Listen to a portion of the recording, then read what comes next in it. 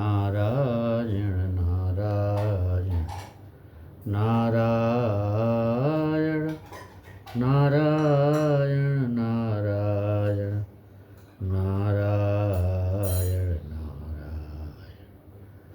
श्री हरि ओम तत्सत्। हरि ओम तत्सत्। ओम शांति शांति शांति। आज हम बताने का प्रयास करेंगे कि ईश्वर हमारी रक्षा बहुत प्रकार से करता है, अनेकों प्रकार से करता है, जिसमें हम 6, 7, 8 रक्षाओं का हम वर्णन बताएंगे कि किस प्रकार से हमारी ईश्वर रक्षा करते हैं।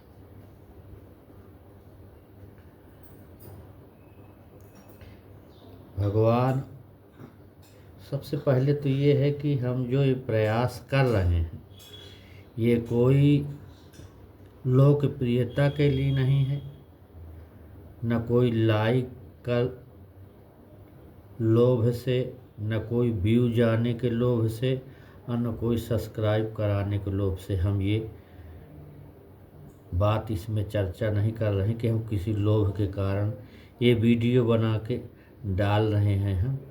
हम जो ऋषियों का ज्ञान है, संत सद्गुरुओं का, सद्गुरुदेव भगवान का जो ज्ञान है, जो सद्गुरुदेव भगवान के मुखारबिंद से जो हमें विद्या बताई गई है, वो हम सोचते हैं कि ये संसार में जाए, संसार वाले इसको सुन करके कोई विद्वता के लिए नहीं है, कोई गुरु बनने की इच्छा से नहीं है, स्वेच्छा से, प्रसन्नता से ये बन रहा है वीडियो। इसको लोग पढ़ें, सुने, ज़्यादा से ज़्यादा इससे लाभ प्राप्त करें। केवल यही प्रयास है और मात्र यही एक लक्ष्य है। इसके पीछे कोई लक्ष्य नहीं, कोई लोकप्रियता का कोई लक्ष्य नहीं। मात्र हमारा ये है कि अपने सद्गुरुदेव भगवान की जो विद्या है वो जन जन तक पहुँचे, अपने शास्त्रों का प्रचार हो और असली चीज़ जो है वो बताने का प्रयास होगा। ये कोशिश है। अब भगवान की रक्षा का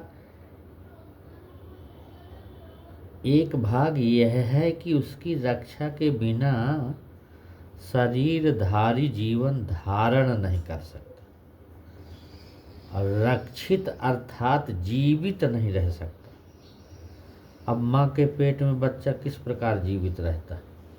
ईश्वर ने माँ की नाड़ी से बच्चे की नाड़ी का संबंध कर अपोषण देकर रक्षा की है। हम श्वास लेते हैं, खाते हैं, पचाते हैं, शरीर में 7 धातु हैं, रस, रक्त, मांस आदि बनते हैं। यह व्यवस्था कौन की है? ये परमात्मा ने की है, ईश्वर ने की है। एक रक्षा ये बताए, दूसरी रक्षा परमात्मा ने बुरे काम करने में भय, शंका, लज्जा, संकोच उत्पन्न करता है। अच्छा काम करने की योजना में निर्भीकता, आनंद और उत्साह पैदा करता। पितृवत मातृवत हमारी रक्षा करते हैं प्रभु। अब तीसरा ये बताएंगे कि ईश्वर के माध्यम से सब क्रियाएं हो रही हैं। वह जीवन देता है, सब व्यवस्था करते हैं वो नारायण। और ईश्वर प्रदत्त जो साधनों के बिना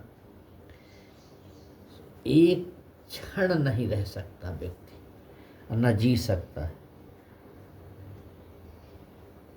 और आगे चौथा पॉइंट बताएं कि परमात्मा आत्मविद्वान, आप्त विद्वान लोक ईश्वर का सामर्थ्य प्राप्त करके हमारी रक्षा करते हैं। जो आप्त हैं, विद्वान हैं, आप्त माने विद्वान। अब भिन्न भिन्न विद्या क्षेत्र में अच्छे धार्मिक विद्वान, जैसे जैसे आयुर्वेद के क्षेत्र में धार्मिक वैद्य प्राणों का देने वाला होता, अब वही मूर्ख अधार्मिक वैद्य प्राण हरण कर लेता। इस विज्ञान के क्षेत्र में भी धार्मिक वैज्ञानिक खोज करके अनेकों का भला करता। अधार्मिक वैज्ञानिक विनाश के साधन जुटाकर हानि भी करते हैं, और धन उपार्जन के क्षेत्र में भी धार्मिक विद्वान ये तमाम चीज़ों का अनुसंधान करते हैं। जैसे कृषि अनुसंधान करके अधिक उपज होती है, मार्ग खोज कर भलाई करते हैं। इसी प्रकार आध्यात्मिक क्षेत्र में भी काम क्रोध लोभ मनुष्यों को पीसते हैं, तो धार्मिक विद्वान अपने उपदेश से उनका निवारण करते हैं। व्यक्ति विद्वान धार्मिक बन जाता है तो उस विद्या से जो सुख मिलता है उसके आगे संसार का सुख हजारों अंश भी नहीं है। जब धार्मिकता नहीं जुड़ती तो धन बल विद्या अभिमान को पैदा करती, और जो शास्त्र पढ़ा हो पर ये सब नियम न जानता तो क्या हो जाएगा, वो घमंडी हो, अपना समाज का अपने परिवार को का अनिष्ट कर डालता। और पांचवें पॉइंट में ये बताएंगे कि मानव ही क्या हर प्राणी को सुरक्षित व सुखी रखने के लिए सर्जनहार ने अनुपम भेंट प्रदान की है। तो सर्जनहार ईश्वर प्रदत्त हवा पानी प्रकाश खुराक वनस्पति वृक्ष फूल फल जो जीवन में आनंद उमंग उत्साह हर्ष प्रदान करते हैं। और छठे पॉइंट में बताएंगे कि अच्छे बुरे कर्म फल रूपी अच्छी बुरी योनि द्वारा सुधार के लिए कल्याण की भावना से दुख सुख देकर रक्षा करता है।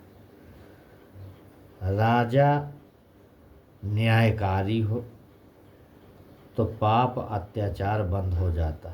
जा सुराज प्रिय प्रजा दुखारी और सोई नर अवश्य नरक अधिकारी, रामायण में लिखा है।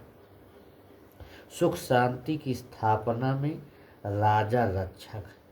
इसी प्रकार ईश्वर बुरे कर्मों का फल देने के लिए गधे घोड़े बनाकर सजा देकर हमारी रक्षा तो करता है।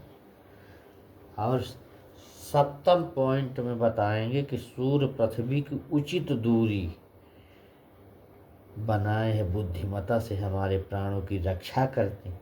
वर्षा अग्नि जलवायु आदि से शरीर और जगत की रक्षा करते हैं। सब प्राणियों को अपने प्राणों की रक्षा के लिए सतर्कता का स्वाभाविक ज्ञान मनुष्य को विविध कार्य क्षेत्र में संलग्न करते हैं, जुटाते हैं, और स्वरक्षण हेतु बुद्धि आदि साधन भी उसको दिए हैं। अष्टम पॉइंट बताएं कि वेद शास्त्र का ज्ञान देकर रक्षा ईश्वर ने सब पदार्थ बनाकर दिए हैं।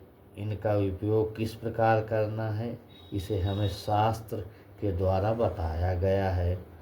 आज भी यदि हम ईश्वर की आज्ञा का पालन करें उपासना करें तो ईश्वर ज्ञान देता है। आज भी अभी इसी क्षण वो तुरंत बता देते हैं, रक्षा करते हैं। क्योंकि स एष पूर्वेषामपि गुरुः कालेनानवच्छेदात्। ईश्वर पूर्व हुए गुरुओं का भी गुरु है भैया, आगे भी रहेगा। जैसे गुरु विद्या देकर हमारी रक्षा करते हैं इसी प्रकार वो परमात्मा प्रभु भी विद्या देकर हमारी रक्षा करते हैं। इसी प्रकार विविध रक्षाओं को जानें समझें। जब व्यक्ति धनवान बलवान रूपवान विद्वान बुद्धिमान होकर ये समझे कि वह सब ईश्वर प्रदत्त है मेरा नहीं, तो यह निष्काम भाव से तन मन धन से सेवा व रक्षा करते हैं, बदले की भावना से नहीं करते। ईश्वर जिस प्रकार की रक्षा करते हैं उसको वैसा जानता है। तो ईश्वर से संबंध जोड़ना यह जुड़ता है उल्टा जानने से नहीं। ईश्वर को गलत मानने, उस प्रभु को गलत मानने, गलत ढंग से पूजा पाठ करने से ईश्वर से संबंध नहीं जुड़ सकता। शुद्ध उपासना से ओ परमात्मा, ओ प्रभु, ओ मेरे प्रभु से संबंध जुड़ने पर बुराई से हटकर दुख से छूट जाता है। ये ईश्वर से किस प्रकार से रक्षा करते हैं, ये हम 8 पॉइंट आपको बताए कि वो परमात्मा हमारी किस प्रकार से रक्षा करते। इन सब रक्षा के जो सूत्र उपाय 8 बताया हूँ मैं, इनको ध्यान से समझ के हमेशा स्मरण करो। एक एक पॉइंट को समझना है कि किस प्रकार से हमारी कैसी ईश्वर रक्षा करते हैं, उसको समझो, अपने जीवन में उतारो। आनंद मिलेगा, आनंद बढ़ेगा, तो आप लोग लाभ उठाएं। हम कोशिश करें कि ऐसे ही अमृत में वचन, थोड़ा थोड़ा गुरु वचन है, सदगुरुदेव भगवान की कृपा से ये आपको देते रहें, आप अपना लाभ प्राप्त करें। बस मात्र यही एक इच्छा है। ओम शांति शांति शांति ही। ओम।